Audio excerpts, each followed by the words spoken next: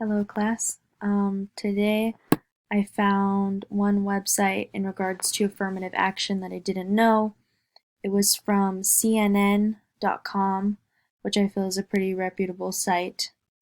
Um, I found that the state of Texas replaced its affirmative action plan with a percentage plan that guarantees the top 10% of high school graduates a spot in any state university in Texas, and that California and Florida have similar programs to that, which I thought was really interesting.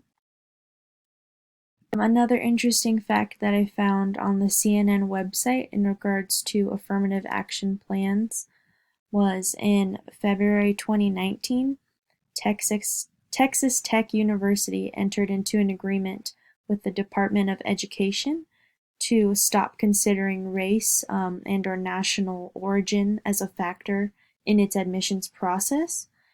This concluded a 14-year-long investigation into the school's use of affirmative action and how much weight did a certain race, gender, or ethnicity hold.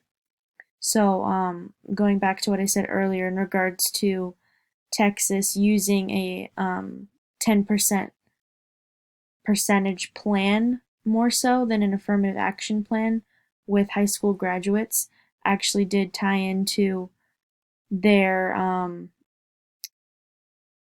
agreement with the Department of Education, um, and using that plan as a factor for their admissions process. They started weighing more heavily on GPA, extracurricular activities, um, extra internships, and job experience rather than just gender, ethnicity, and race.